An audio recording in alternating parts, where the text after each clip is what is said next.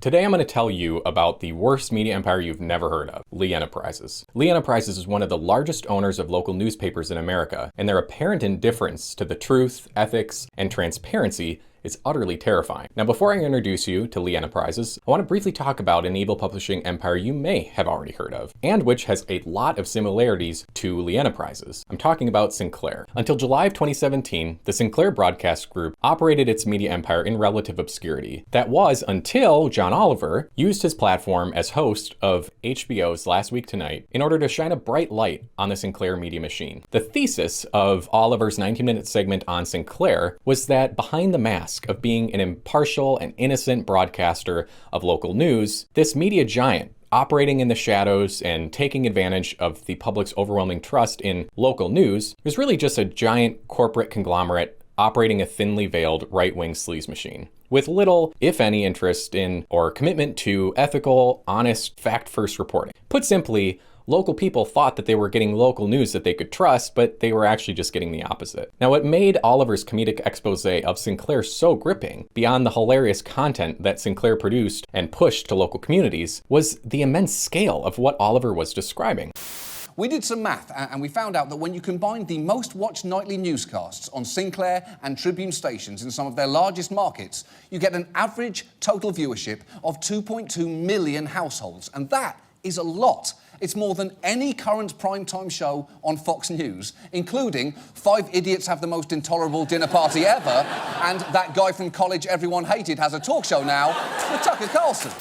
Indeed, an average nightly viewership of 2.2 million households is a lot. However, we need to remember that local news is delivered in many forms, not just television. Even more influential in the local news ecosystem are local, quote-unquote, print publications, in particular, newspapers, which are often trusted by the average Joe and Jane even more than their local TV news station. Which brings us to the subject of this video, the Sinclair Broadcast Group of local newspapers, Lee Enterprises. Now, before we examine the indifference, if not disdain, of Lee Enterprises to truthful, ethical, transparent reporting, let's first establish the truly gargantuan scale of the Lee Empire. Lee Enterprises, like the Sinclair Broadcast Group, is a true media behemoth that remarkably few people have ever heard of. I mean, just look at these numbers from Lee Enterprises' website. 350 plus publications, 1.2 million average daily circulation, 44 million unique visitors per month, and 77 US markets and communities covered across 26 states. Now, I know that it's hard to wrap your brain around numbers like these, but we have to in order to be able to grasp the truly immense influence that juggernauts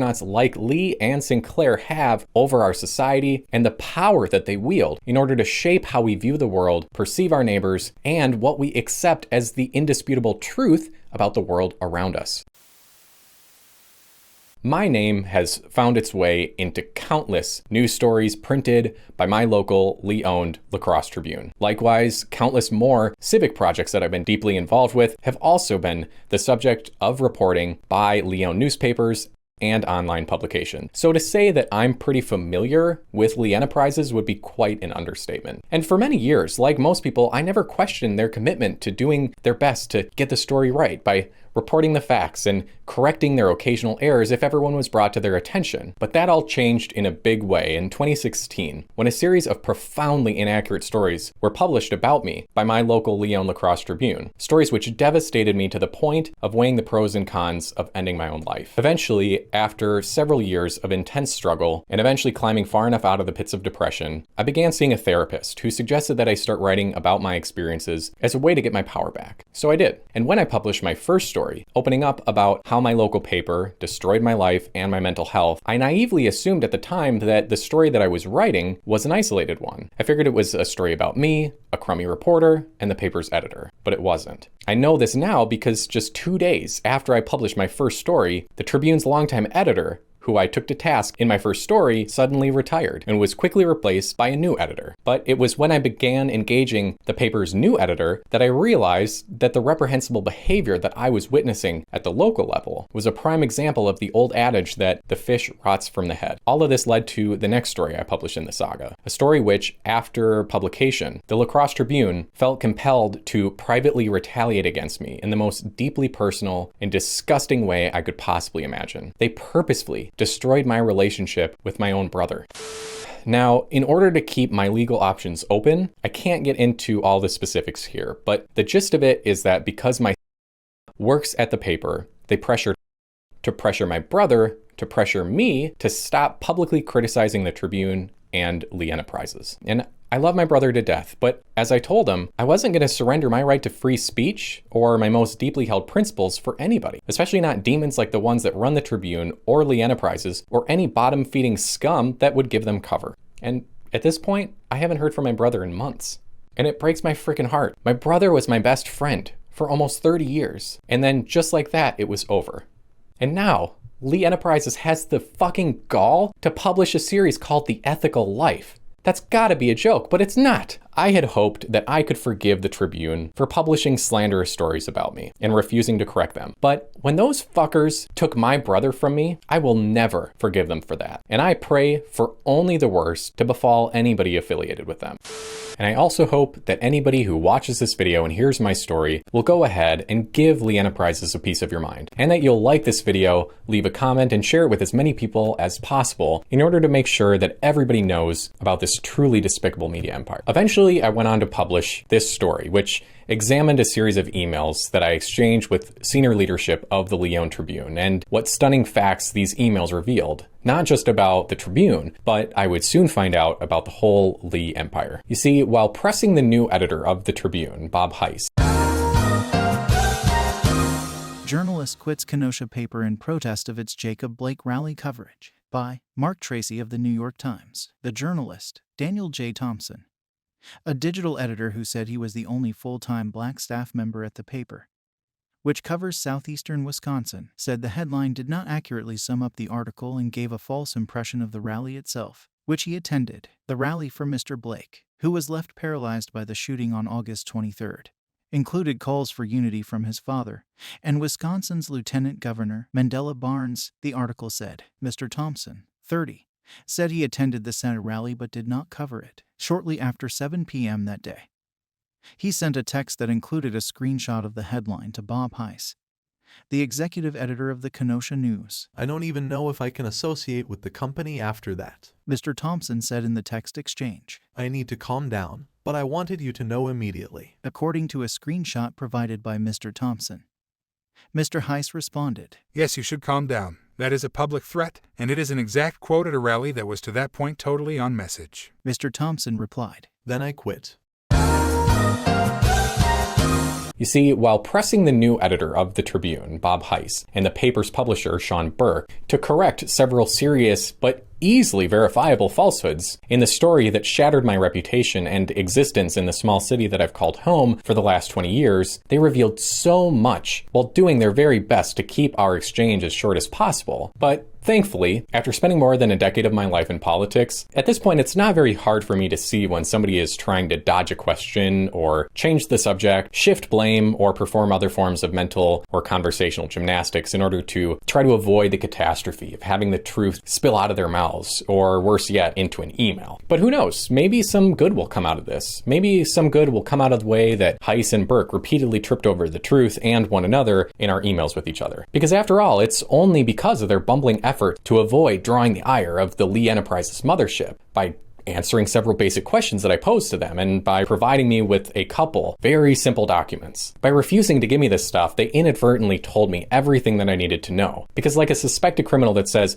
look anywhere you want, just not in that particular closet, they also told me exactly where the problems truly originate, which is with the corporate mothership. And they also gave me some really good clues about where I should be looking in greater depth. My email exchange with Heiss and Burke from the Tribune led me to several stunning revelations, including that, number one, a correction policy doesn't exist at the Lyon Tribune, or that perhaps one does exist, but for some reason or another is being systematically withheld from public view, because such a policy is 100% not available on the Tribune's website. And when I repeatedly asked the editor and the paper's publisher for those policies, they refused to provide them to me, or even acknowledge my request directly. Now, if they have those policies and are keeping them from their readers, that's inexcusable. Equally inexcusable would be to think that they'd be operating without these policies at all. If a paper doesn't have a correction policy, for example, or deliberately conceals it from the subjects of their reporting and from their readers, it is impossible, as I found out, for anyone seeking a correction to know how you're supposed to get those inaccuracies corrected. Inaccuracies which, when allowed to remain published, can bring serious, devastating consequences. And by operating this way, they also erode the invaluable trust between publication and the public, which is the very lifeblood of a free press and a healthy democracy. The second revelation was that a code of ethics also doesn't exist at the Tribune. Or perhaps it's still technically possible that, just like with a correction policy, perhaps a code of ethics does exist at the Tribune, but for some reason, again, it's being systematically withheld from public view. And again, if a paper has a code of ethics, but is choosing to keep it from their readers, that's inexcusable, or at least it should be, just as it is inexcusable to think that they'd be operating without a clear code of ethics to begin with. Let's be clear, readers deserve to know what standards are being adhered to when the reporting that they consume is created. Every single paper, including the hundreds owned by Lee Enterprises, should state their strict adherence to a robust, specific code of ethics, like the Society of Professional Journalists Code of Ethics. Likewise, readers must be able to know when their local paper or an individual reporter has strayed from their clear set of ethical guidelines. But without these specific guidelines in place, there's no way to know when a story that's written or not, or an action is taken or not by a paper, might be one that demands further action and accountability. Because without a code of ethics that readers can easily access, there's no way for them to hold their paper to account, which is incredibly dangerous and almost feels like it might be intentional. Now, my two major revelations that I just shared with you also spawned many questions in my mind, some of which I posed directly to the Tribune leadership, who of course refused to answer those questions. Like, does the accuracy of your reporting matter? Does it matter to the Tribune or to Lee Enterprises? And if so, does that importance have an expiration date? But one question loomed much larger and more ominously than all the rest. I wondered, are these issues isolated to my local Lee-owned paper, or do these issues pervade the entire Lee publishing empire? This question was the principal basis for my investigation, which would reveal that, unfortunately, yes, these issues do, in fact, pervade the entire Lee publishing empire. You see, after reviewing hundreds of websites of papers owned by Lee Enterprises, not a single one featured a correction policy or a code of ethics. In literally every case, no matter what search terms I used, no matter where I looked, or what Lee-owned publication I was reviewing, I wasn't able to find a single stinking publication that made publicly available through their website a code of ethics or a correction policy. Which brings me to my final conclusion. One of two things must be true for all Lee-owned publications. The first scenario is that every Lee-owned publication simply does not have a correction policy to follow, and which could be provided to their readers and or subjects to the reporting. Also, that Lee-owned publications do not have clear ethical codes to guide their work or to be held to either. Now, scenario B is that Lee-owned publications, all of them, do have correction policies to follow, and which could be provided to their readers and subjects to their reporting, but for some unknown and inexcusable reason, they just choose not to make those policies available to their readers and subjects of their reporting. Also, that Lee-owned publications, maybe they do have ethical codes that they could be held to, but again, they choose not for some reason to make these policies available to their readers and subjects of their reporting. Neither scenario is good. In fact, both are awful. Neither option should be viewed or treated as remotely acceptable by anybody. So then, of course, we must wonder what could be done. Well, the good news here is that there are several very simple things that Lee Enterprises could do in order to remedy these glaring and serious problems. And not only that, but there are several things that you could do as a consumer in order to help correct these issues too. The way I see it, there are three big problems, but each of them have three very easy solutions. Number one, there are 350 plus publications without a uniform correction policy. And the solution is very easy. Adopt a robust uniform correction policy for all 350 plus Lee-owned publications. Problem number two is that there are 350 plus publications operating without a uniform code of ethics. The solution is very easy. Just adopt the Society of Professional Journalists Code of Ethics for all 350 plus Lee-owned publications. And finally, problem number three is that these ethical and correction policies are not currently accessible to the public.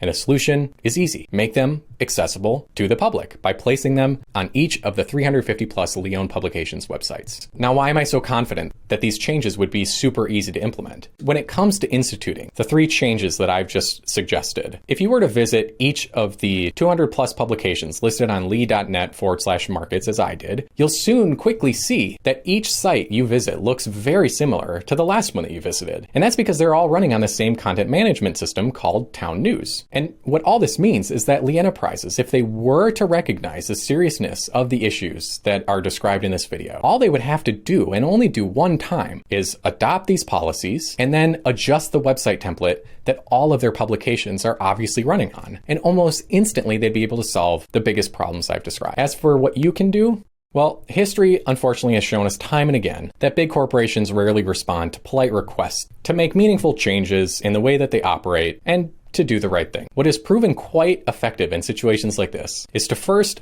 make the case. Make the case for why these changes are needed. Then clearly state what changes are needed. And finally, this is where you come in, applying collective PR and monetary pressure. To wrap it up, my hope here is that this video will serve as the first 2 pieces of that puzzle. And if you want to help with that final piece of the puzzle, check out the description of this video where I lay out a whole series of things that you could do to help see that these changes are made. To bring it all together, I hope that this is the last time that I have to take to this platform to say anything less than positive about Lee Enterprises or one of their papers. I really hope that the next video that I put out will be about a big corporation that defied my expectations, stepped up to the plate, and did the right thing. Admittedly, I have serious doubts that that's ever going to happen, but eternal optimism is in my DNA. And it is just truly unconscionable that a reader like me or you or any of the millions of people that visit Lee-owned properties would be served content that doesn't have a correction policy or a code of ethics to support that content. I also know that I'm going to continue to do whatever I can and use whatever limited resources I have at my disposal to take on this fight and never go silent about it until these issues are corrected. And that's because I know the very real and very devastating consequences that thrive in the current dynamics at Lee Enterprises, because I've lived them and I still am. I hope too that by refusing to accept silence as my only option and by sharing my story with you is that enough people will see the injustices and dangers in what I've described in this video and do the right thing and stand up to demand better from Lee Enterprise. I hope you'll join me in trying to fix Lee papers. Let me know what you think in the comments below. OldManLondre out. I love the young people.